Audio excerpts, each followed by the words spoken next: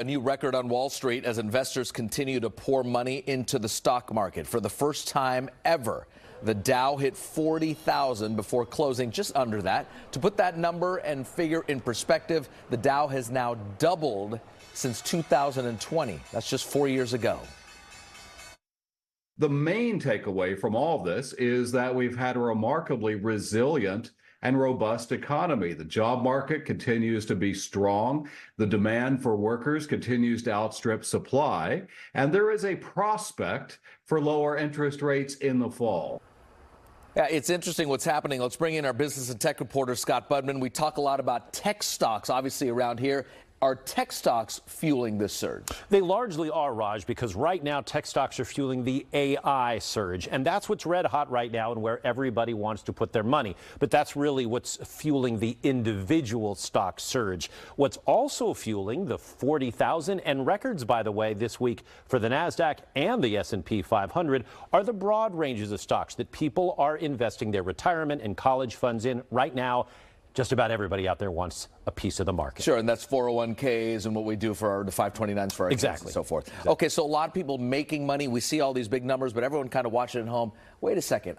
Where's my money? I'm still spending so much on groceries and gas. The inflation continues. It's hard for people. Right, and that actually, it kind of goes hand in hand. We saw a lot of money come in during the pandemic in the way of stimulus. We also recently raised the minimum wage. People have jobs, their wages are up, so money is in the system. That's inflationary because companies are raising prices, but it also puts money in people's pockets that they are saying, what should I do with this? At least what I have left over, and they're putting that in the stock market. So overall, the economy is really robust, and that means both high prices, but also frequently a high stock market. It's an election year, so no doubt President Biden will be focusing on this number in the Dow today. Where do we go from here, just in the next 3 to 6 months? You know, it's so hard to say. Part of the reason the Dow hit 40,000 today and the other indexes hit all-time highs is because people think the Federal Reserve might actually lower interest rates, a sign that inflation is coming down. That's also good for us and good for the economy.